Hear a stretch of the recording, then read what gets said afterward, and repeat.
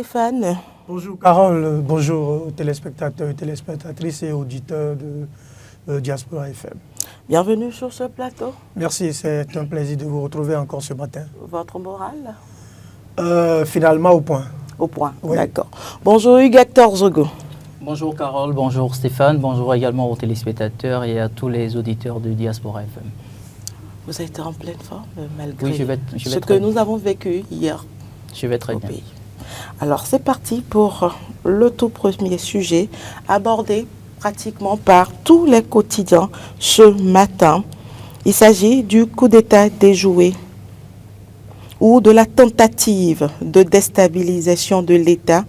La situation est totalement sous contrôle, rassure Talon. C'est une information que nous retrouvons, je le disais tantôt, à la une de tous les quotidiens, mais nous avons choisi le titre du service public qu'est la Nation. C'est parti pour l'analyse de ce jour. J'ai bien envie de commencer par vous, Stéphane. Quelles sont les motivations avancées par les putschistes pour justifier cet acte ignoble sont-elles justifiées selon vous? Merci Carole pour la question que tu me fais. Je pense d'abord que aucune, raison, aucune motivation ne peut amener des Béninois à mettre tout un pays à vouloir mettre tout un pays dans un état de stupeur, dans un état de peur, de panique, parce que dès les premières heures de la matinée d'hier, c'était la panique, la peur, la psychose générale. Heureusement que cela n'a pas beaucoup duré, que cela a été véritablement maîtrisé par les forces de l'armée béninoise, les forces, loyalistes qui sont restées attachées aux valeurs républicaines. Ce qui s'est passé hier dans la matinée, je pense que cela fait partie de notre passé déjà révolu. Ce qui fait notre fierté, c'est notre démocratie. Quoi qu'on puisse trouver des choses à dire, notre démocratie fait notre fierté, notre démocratie fait de nous des Béninois dignes dans la sous-région et sous aucun prétexte, on ne peut mettre cette démocratie-là en danger, on ne peut tenter de secouer dans notre pays de cette manière-là. Au-delà d'être journaliste, je suis béninois, je suis patriote, je dénonce fermement cet acte, je le dénonce avec la dernière rigueur, parce que je me dis que si on continue comme ça ne va pas être du tout bien pour l'avenir de ce pays-là. Et comme vous me faisiez tout à l'heure la question, je voudrais dire que même quand on voit ce qui a été évoqué comme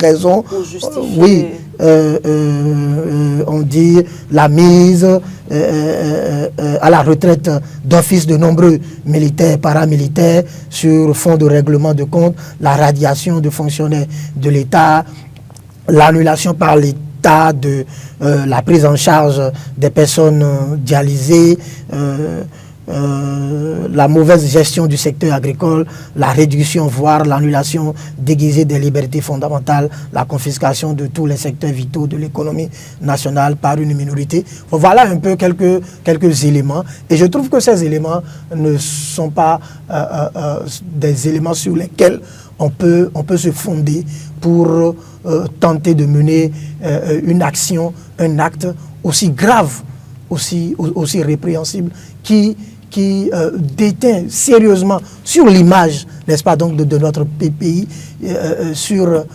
ce qui fait la fierté, je le disais tout à l'heure, ce qui fait la fierté et la dignité de notre pays. Depuis février 1990, les forces vives de la nation ont choisi unanimement et de façon consensuelle et dans toute la souveraineté que cela requiert, d'engager notre pays dans une voie démocratique.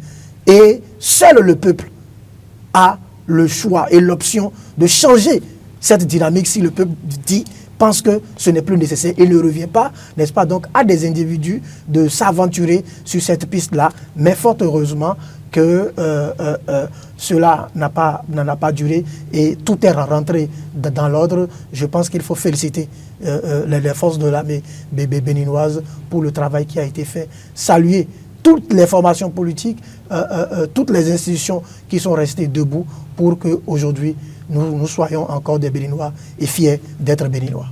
Alors, Hugues Hector Zogo, ce sera la même question pour vous. Est-ce que les motivations avancées par ces putschistes justifient leur acte? Je vais peut-être vous surprendre. Il n'y a pas de motivation qui puisse conduire à un coup d'État dans un pays. Les militaires ont leur place dans les casernes. Les militaires n'ont pas leur place au palais de la République. Et donc, il n'y a pas de raison à ce que l'on puisse dire, oui, au nom de tel argumentaire, nous faisons un coup d'État. C'est inadmissible. Et donc, je ne serais même pas tenté de vouloir revenir sur ces argumentaires fallacieux qui ont été donc partagés par ces individus hors la loi. Alors, quelles sont les raisons pour lesquelles ce putsch mené par un groupuscule d'hommes armés a été un échec? Oui, vous savez, nous sommes un pays qui a une armée régulière et les institutions de la République fonctionnent normalement. Et donc, à partir de ce moment, il y a ce qu'on appelle la cohésion. L'armée, c'est quand même de hauts fonctionnaires à la tête, c'est des officiers supérieurs qui travaillent inéluctablement à préserver l'intégrité territoriale, à préserver la paix dans notre pays. Et donc, si aujourd'hui, tous les Béninois se sont retrouvés à vaquer calmement à leurs occupations, la raison elle est toute simple. C'est parce que l'armée régulière, suivant donc, je vais dire, les ordres de la hiérarchie, est parvenue à nous permettre de tourner cette triste page qui a entaché l'histoire de notre pays. Pourrait-on dire que l'armée béninoise est aujourd'hui divisée? Non, l'armée béninoise n'est pas divisée. Ceux que vous avez vus ne sont pas de l'armée béninoise. Parce que, avant de parler de l'armée divisée, c'est qu'a priori, il y aurait eu des signes qui vous auraient permis de comprendre que oui, effectivement, il y a malaise. On ne peut pas se permettre de dire aujourd'hui qu'il y a malaise au sein des forces armées béninoises. Dans quel pays vous avez entendu que des putschistes ont pris d'assaut la chaîne nationale, ont fait passer leur message et que par finir, l'armée régulière est parvenue à repousser, je vais dire,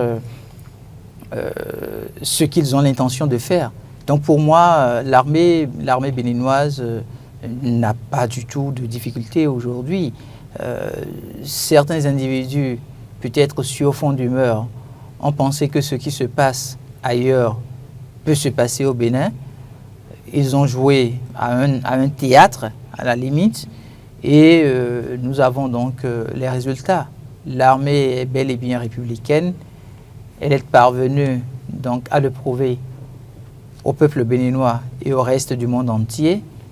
Et quand vous suivez un peu comment les choses se sont passées, vous vous rendez compte quand même que tout est parti d'un assaut qui a été mené déjà au niveau de la résidence d'un certain nombre de généraux, donc d'officiers supérieurs des forces armées béninoises. Après, ils se sont rendus au niveau de la résidence du chef de l'État. Et pour les personnes qui sont habituées quand même à la résidence du chef de l'État, ils savent que d'habitude, il n'y a pas tellement, le chef de l'État n'aime pas se retrouver tellement avec suffisamment de gardes de corps. Et pourtant, ceux qui ont été présents ont riposté de la plus belle des manières et ont démontré que le Bénin devrait rester debout. Et nous sommes debout, c'est le plus important. Alors, Stéphane, je vous reposerai la question autrement. Quels sont les éléments clés qui ont contribué à l'échec de ce putsch? Avant de répondre à la question, je voudrais ajouter à ma récente intervention un élément pour dire que nous sommes dans un régime démocratique. Nous sommes dans un régime démocratique et dans un régime démocratique, lorsque on n'est pas d'accord, n'est-ce pas, donc de la gestion qui se fait, on attend que celui à qui on a confié le mandat arrive au terme de son mandat et qu'on puisse lui dire à travers les urnes qu'on n'est pas d'accord avec lui. Donc le seul ou la seule voie d'expression du peuple reconnue dans un régime démocratique, c'est la voie des urnes et non la voie des coups d'État qui est une voie totalement révolue et qui ne répond plus à rien, n'est-ce pas, donc dans notre pays. Maintenant, pour en venir à votre question, quels sont les éléments qui ont donc pu permettre de mettre... je pense que c'est le sens d'abord de responsabilité de l'armée béninoise. Le sens de responsabilité de l'armée béninoise qui, comme je le disais tantôt, est restée, n'est-ce pas, donc une armée républicaine qui est restée dans sa logique de défense, n'est-ce pas, donc de l'intégrité, n'est-ce pas, donc de notre territoire.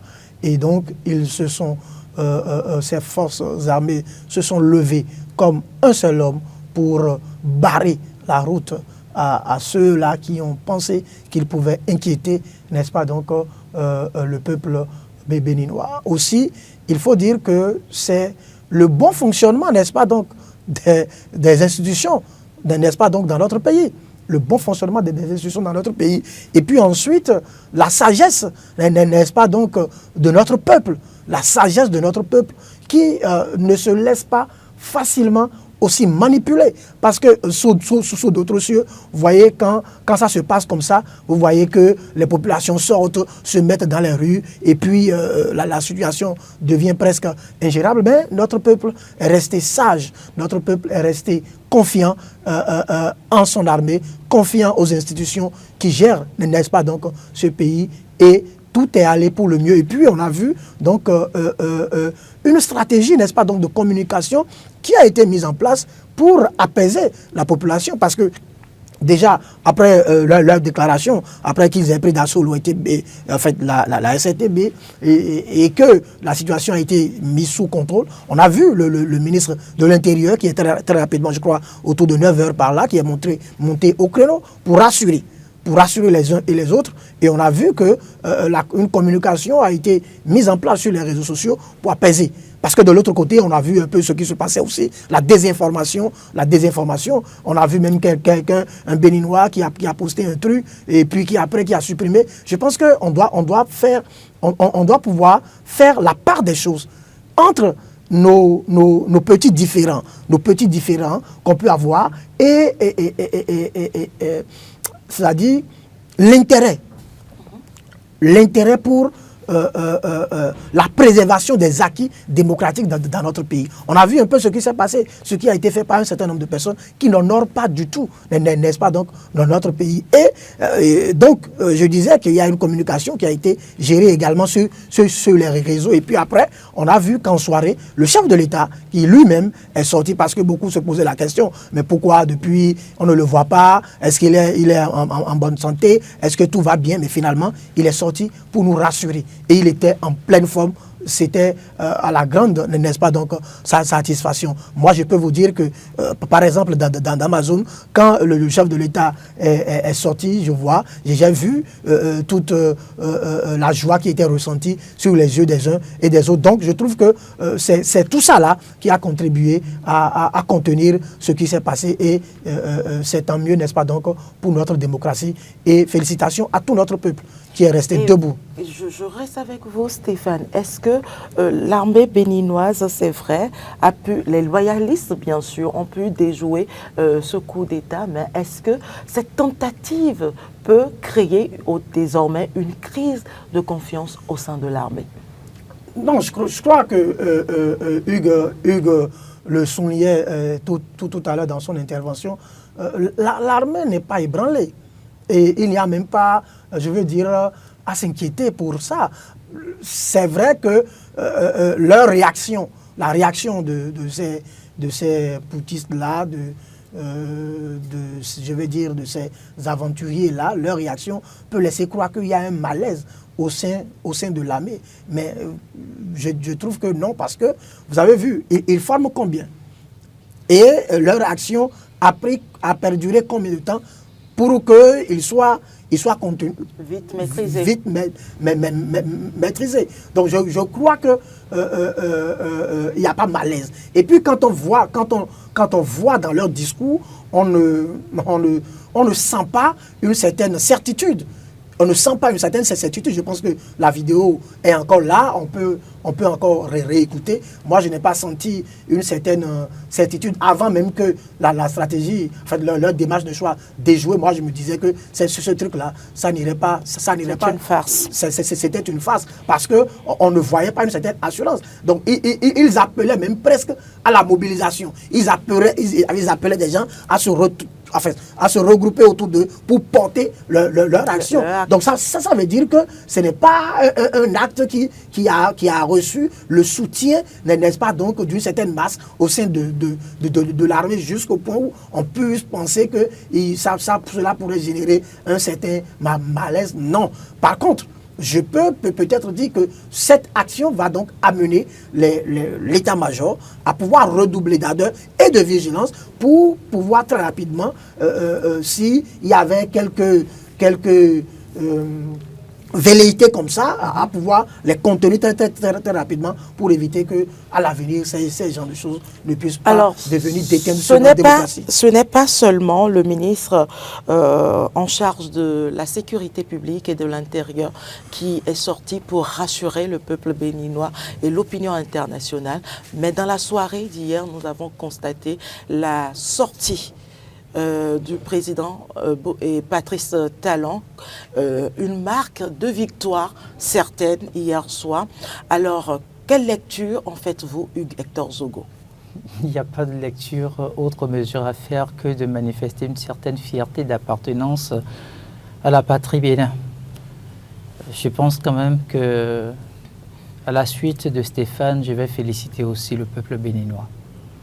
Parce que ce qui s'est passé hier, quand vous suivez un peu le scénario, vous vous rendez compte qu'en réalité, il y a un coup qui a été joué et on attendait juste que les populations se mettent dans la rue. Si c'était ce qui avait été fait hier, ça aurait été peut-être difficile à gérer pour nos forces de défense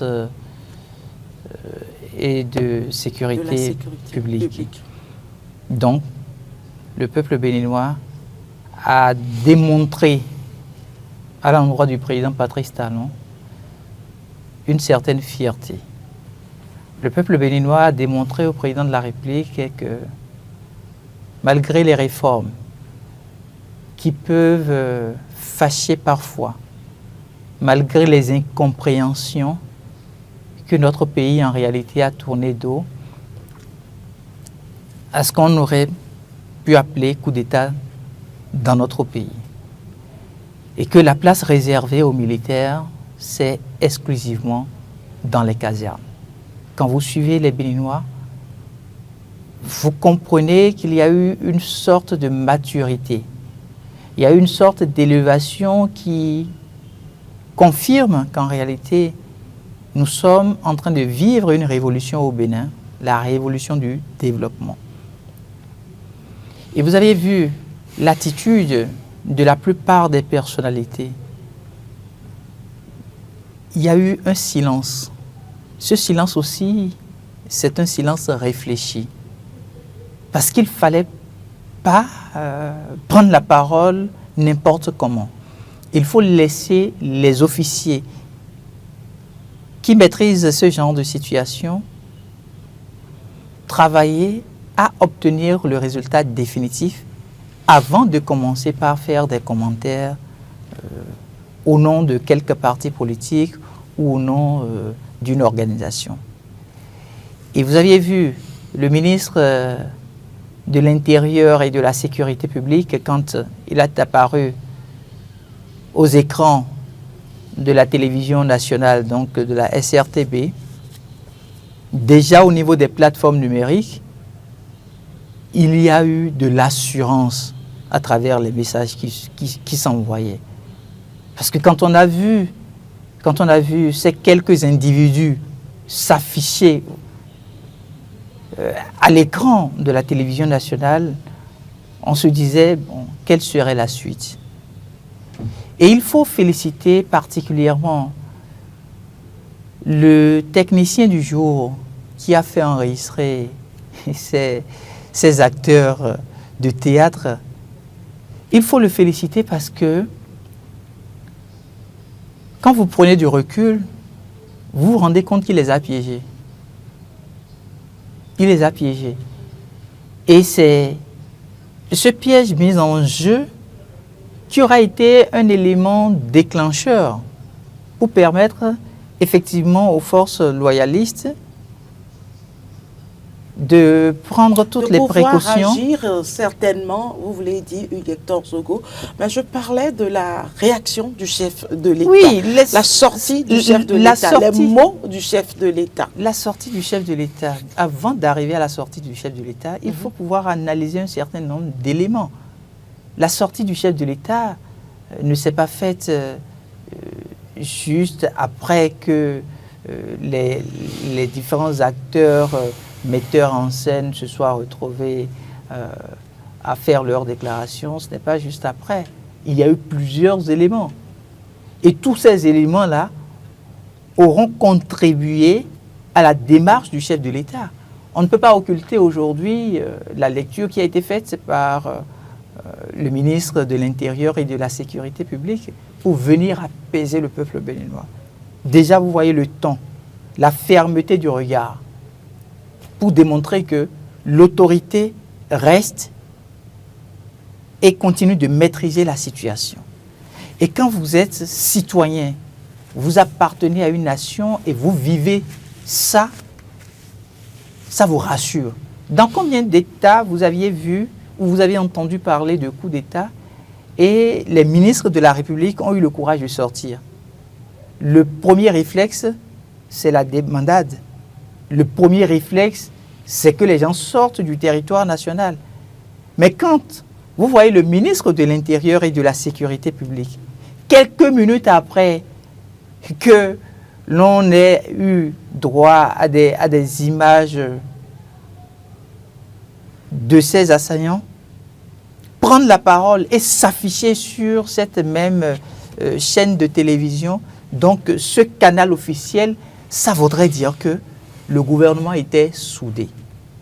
Et le soir, vous aviez vu le président de la République avec le porte-parole du gouvernement, Wilfrid Léandre Ombouyi, avec d'autres acteurs qui ont quitté donc sa résidence pour se rendre au niveau de la présidence de la République. Le chef de l'État aurait pu rester à sa résidence et faire ce message, adresser ce message à l'endroit du peuple béninois. Mais pourquoi s'est-il déplacé pour se rendre au palais de la présidence? C'est un signal assez fort. C'est pour démontrer en fait à la face du monde que quoi qu'on dise, il reste le président de la République du Bénin. Et son bureau se retrouve au palais de la République. Donc, il s'est rendu au palais de la République pour rassurer les compatriotes. Et au niveau de certains quartiers, hier, par exemple, à Cotonou, quand le chef de l'État est apparu aux écrans de la SRTB, vous sentez des applaudissements. Ça voudrait dire que le peuple attendait son chef d'État. Le peuple voulait savoir effectivement comment se portait le chef de l'État. On l'a vu tous. Le message qu'il a livré, c'est un message autoritaire. C'est un message qui démontre que les heures à venir ou les jours à venir, ce seront des moments assez délicats où aucune erreur ne sera tolérée. Donc, pour moi, c'est une fierté totale. Et je suis convaincu que bon nombre de nos compatriotes, que ce soit se retrouvant sur le territoire national ou au niveau de la diaspora, vivent aussi cette fierté nationale. Et on est heureux de pouvoir se retrouver au lendemain d'une situation du genre à vaquer librement à nos occupations. Et mieux, le chef de l'État qui, déjà à sa prise de parole, demandait à tous les compatriotes béninois de vaquer dès ce soir-là même à leurs occupations parce que l'intégrité territoriale n'était pas du tout menacée. C'était un message assez fort et il faut être Patrice Talon pour pouvoir le tenir en un si court instant. Alors Stéphane, la même question pour vous. C'est vrai, le chef de l'État, au-delà de ces mots d'assurance vis-à-vis du peuple béninois, a affirmé également hier que cet acte ne restera pas impuni. Alors on pouvait s'y attendre. Oui, on peut, de toutes les façons, même si le chef de l'État ne l'affirmait pas dans un discours officiel, c'est que cet acte ne peut pas rester impuni. Cet acte d'une extrême gravité ne peut pas rester impuni. Et je pense que, tel que le chef de l'État l'a notifié dans son discours, toutes les mesures seront prises, toutes les mesures judiciaires seront prises pour que les auteurs, les assaillants, comme Hugues le disait, soient traités comme tels. Soient traités comme tels. Ensuite, je voudrais relever excusez-moi, je voudrais relever deux ou trois éléments très rapidement. C'était que, effectivement, le fait que le chef de l'État se soit déplacé pour venir à la présidence de la République et faire son discours, ça a été un élément très rassurant. Parce que s'il le faisait chez lui, cela pourrait encore laisser un peu de doute. Un peu de doute. Quand on a vu le ministre de l'Intérieur aller sur la même chaîne, la chaîne nationale que les assaillants avaient utilisée pour montrer qu'ils contrôlaient, etc., voir le ministre venir là était déjà un grand signe de communication qui montrait que l'État avait déjà la situation en main. Et donc, attendre également que le soir soit venu pour donner la parole au chef de l'État, je crois que ça a été, sur le plan de la communication, un peu stratégique, comme pour dire que si vous avez des doutes, des peurs pour aller au service demain, n'ayez pas peur, le chef de l'État lui-même, il vient de se déplacer pour venir sur son lieu de travail, là où il montre qu'il est vraiment chef, il est déjà là. Demain, allez tous au travail, travailler, rien ne se passera dans notre pays. L'autre élément que je voudrais relever, on a vu que plusieurs partis politiques, comme l'UPR, le BR, FCBE, sont montés, au Moël Béné aussi je crois, qui sont montés au créneau pour dénoncer cet acte crapuleux, pour apporter leur soutien au président de la République. On a vu le président Adrien Mbedji qui est monté au créneau, qui a témoigné tout son soutien au président Patrice Talon. Mais j'observe, ce n'est que l'observation, je ne veux pas pour le moment faire de commentaires, mais j'observe pour le moment que jusque-là, en tout cas, jusque-là, là, je suis en train de vérifier, je n'ai pas encore vu une déclaration du parti les démocrates condamnant, n'est-ce pas, donc cet acte-là. Je fais juste cette observation, peut-être qu'après on pourra faire des commentaires là-dessus. Mais je voudrais relever, après ces observations-là, que nous n'avons que ce pays-là. En tout cas, pour le Béninois moyen, en tout cas pour moi, je n'ai que ce pays-là. Quand le pire va arriver, je ne crois pas que nous puissions disposer de moyens pour sortir de ce pays-là. Et je trouve que nous devons par tous les moyens travailler à ce que la paix règne dans notre pays, que l'État du Bénin soit préservé. On ne peut pas, au nom de nos différends personnels, donner une certaine ouverture. Et cette tendance qu'il y a, parce que vous voyez, il y a eu quelques mois, on a parlé de tentatives de coup d'État, et puis il y a certains qui sont en prison pour ça, et puis après voilà encore un autre. Je trouve que ces velléités-là, je ne sais pas ce qui se passe au fond, mais je trouve que ces velléités que certains Béninois nourrissent sont suffisamment dangereuses pour notre pays, le Bénin. Alors, et il va falloir très rapidement que ceux-là se disent que nous n'avons que notre pays et que si nous ne sommes pas d'accord pour la gouvernance de ce pays, qui serait très intéressant, n'est-ce pas, donc on utilise les voies légales pour se faire entendre. C'est ce que nous avons hérité de la conférence nationale. C'est ce que nous avons hérité de beau et de bien de la conférence nationale. Si nous ne faisons pas attention pour préserver cela va être grave pour notre pays. Et je trouve que ceux qui font ça doivent très rapidement arrêter ça dans notre pays. Ce n'est pas ce que nous avons appris. Et ce n'est pas ce que nous allons léguer aux générations futures. Nous devons faire attention et suffisamment attention. Alors, je ne dirais pas que vous étiez tantôt en train d'insinuer qu'il y a des mains invisibles derrière cette initiative que nous avons vécue hier, mais est-ce que la situation politique que nous avons vécue ces derniers temps, ces dernières semaines pourrait justifier ce putsch? Je veux dire que je me contente des faits. Je me contente des faits. Je ne m'aventurerai pas sur une piste pour dire qu'il y a des mains derrière. Nous avons vu des gens qui sont venus tôt dans la matinée hier, qui ont fait un certain nombre de revendications pour lesquelles ils seraient tentés de faire quelque chose. Donc, c'est intuito personnel qui se sont levés pour le faire. Je ne veux pas voir une main politique derrière. On va laisser cours à la justice, dès qu'elle sera saisie par les autorités compétentes, de nous fournir des éléments adéquats pour savoir s'il y a une main derrière ou s'il n'y en a pas. Ça, c'est le premier élément. Le deuxième élément, je le disais à l'entame de mon intervention, que les événements politiques, les récents événements politiques qui ont eu, ne peuvent pas être le prétexte qui ont conduit, n'est-ce pas, donc, à ce que nous avons assisté hier là. Pourquoi?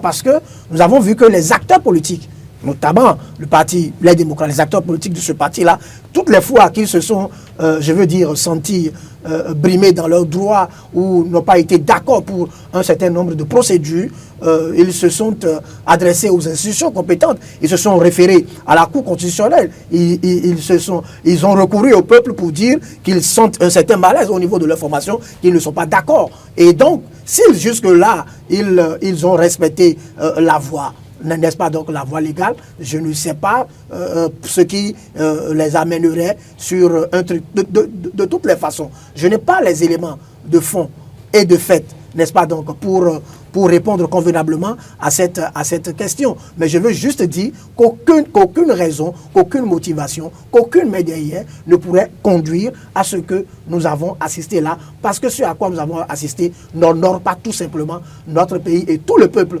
tel que le peuple a réagi hier, doit continuer par rester debout et sage pour toutes les fois faire échec à cette tentative de déstabilisation de l'État qui n'honore pas notre pays.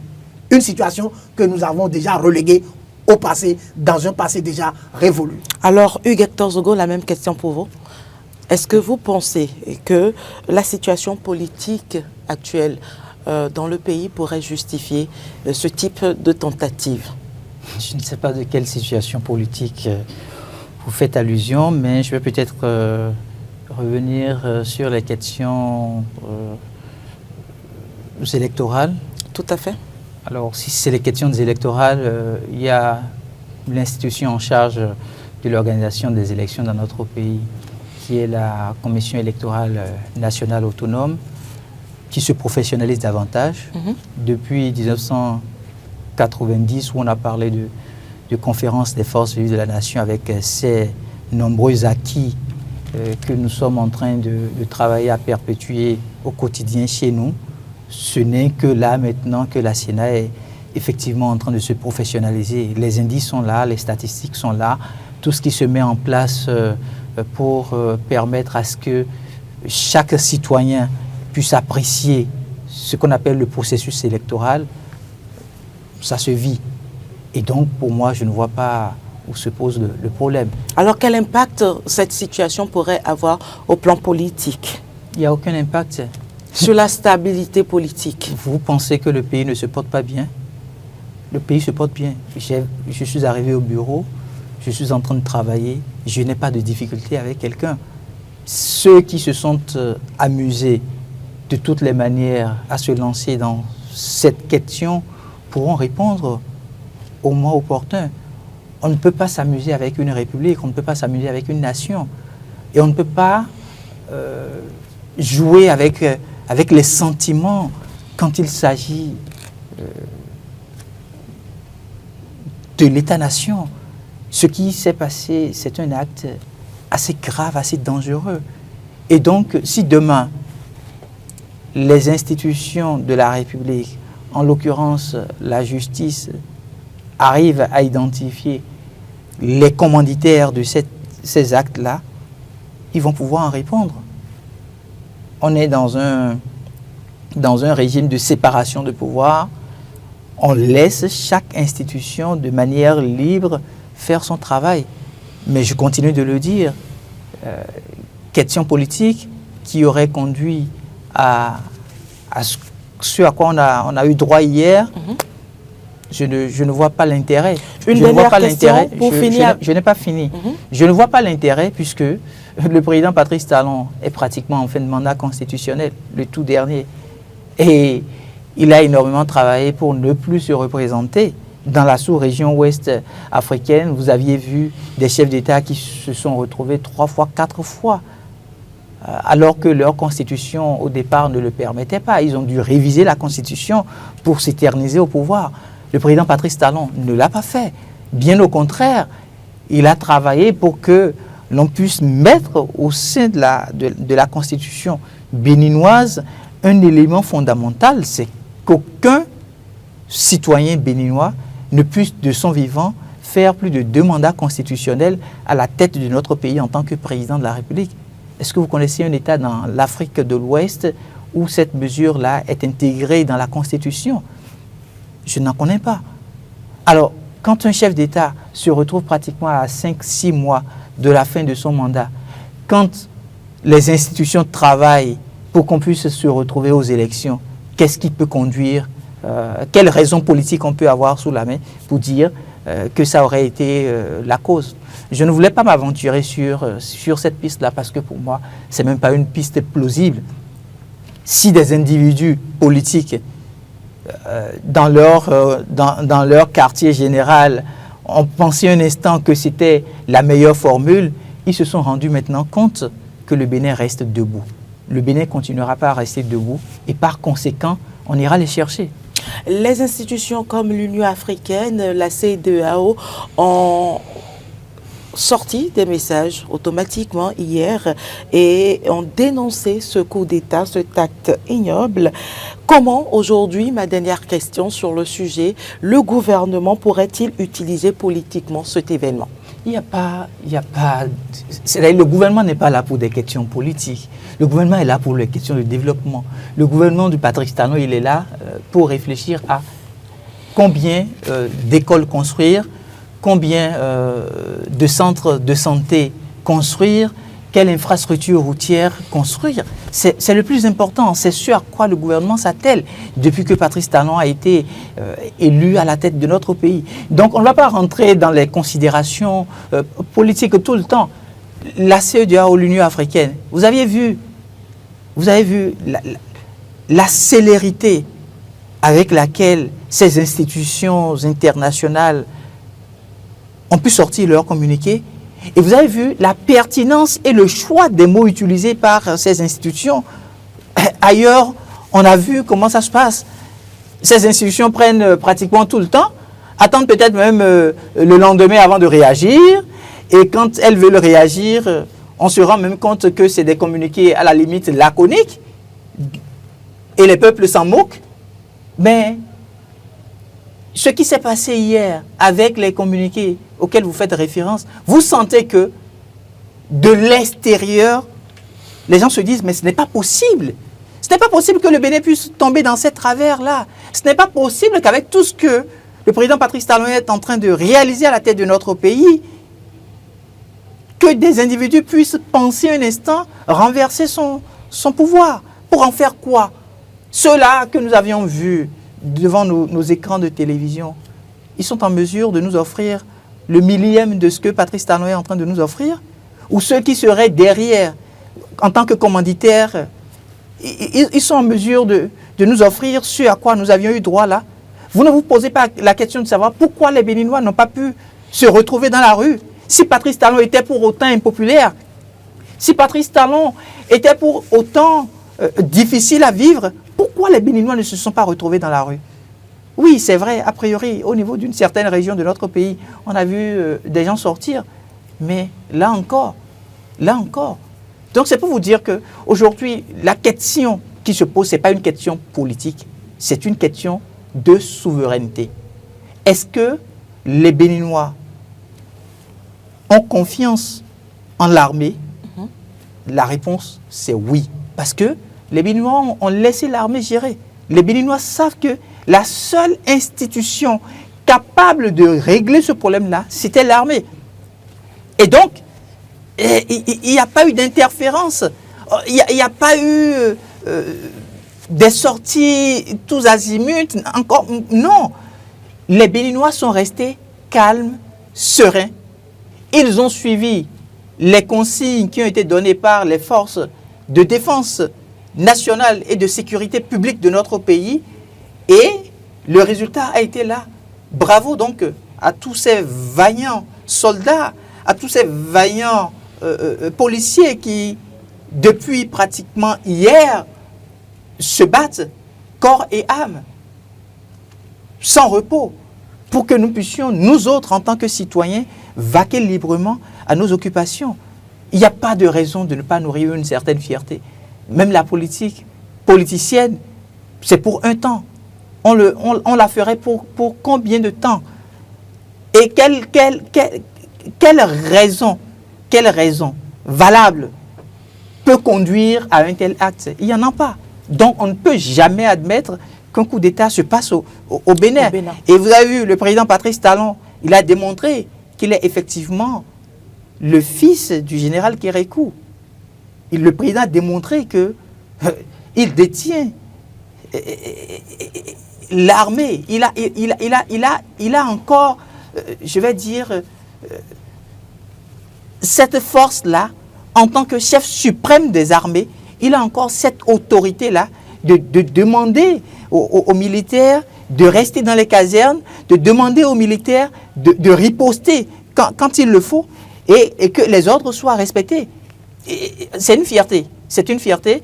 Et moi, je tire chapeau en tout cas à tous nos frères et sœurs des rangs qui ont tout fait pour que nous puissions nous retrouver avec de la quiétude. Ça paraît extraordinaire. Et nous allons penser également à ceux qui ont perdu leur vie hier. Je ne me permettrai pas de le dire parce que je n'en ai pas la preuve. On va laisser les institutions de la République ou le gouvernement à travers son porte-parole de nous le dire en son temps, jusqu'à la date ou à l'instant où nous parlons. Je ne sais pas s'il y a eu de pertes en vies humaines, Parce le que président, dans son discours, en a fait allusion. Oui, donc, vous savez, le président peut faire une sortie.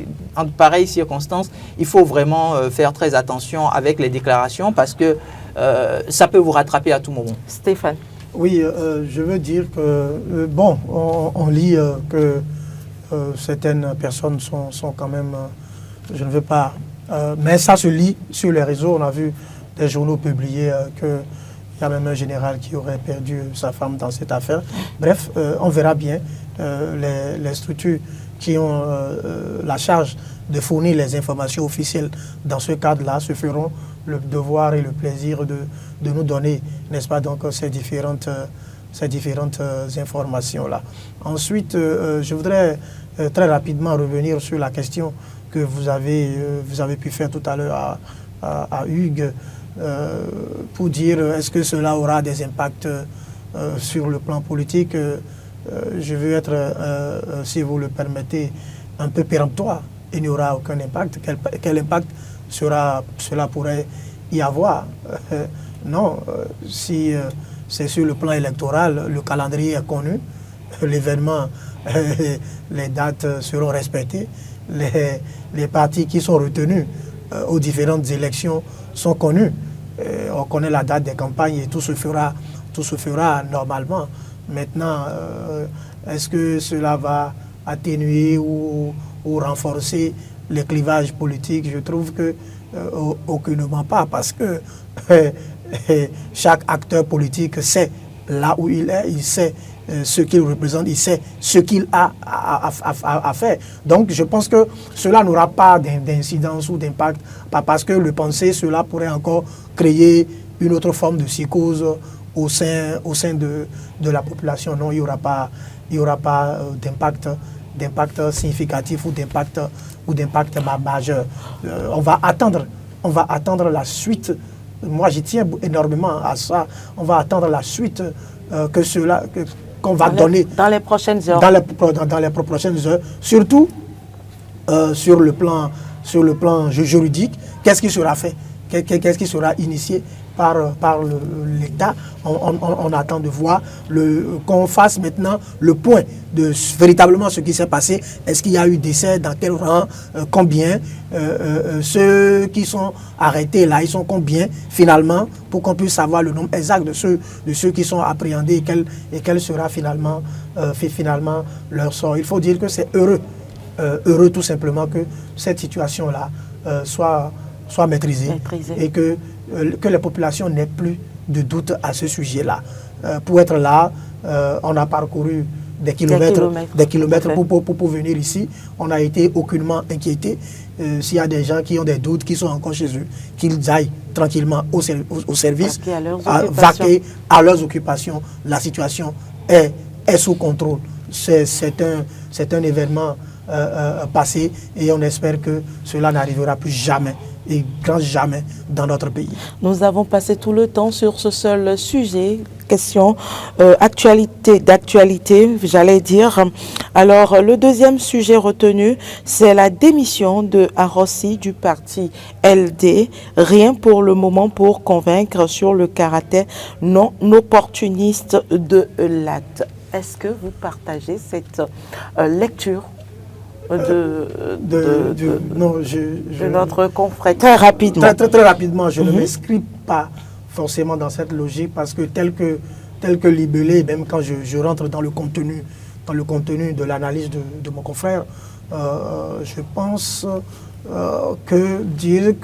parce que tel que titré et tel que libellé dans le contenu, on pense que forcément c'est pour des intérêts que Basile,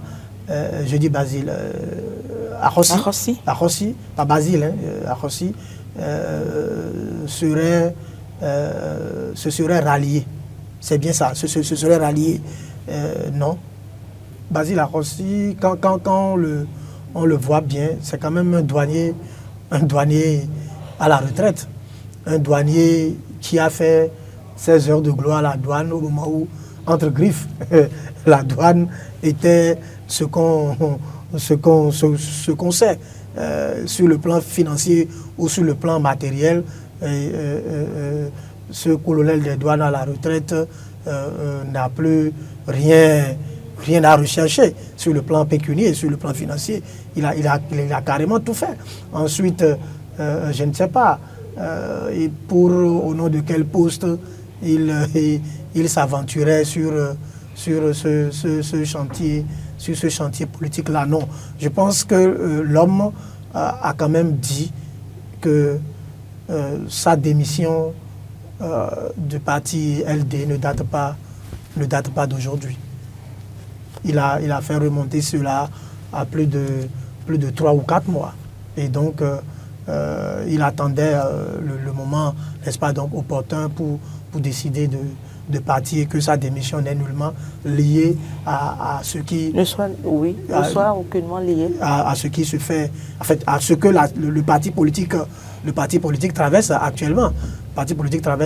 Et il faut dire qu'il n'est pas celui qui a empêché le parti d'aller, n'est-ce pas, donc, à l'élection présidentielle. La preuve, de façon très, très loyale, il a laissé et son parrainage au parti politique, je veux dire. Ensuite,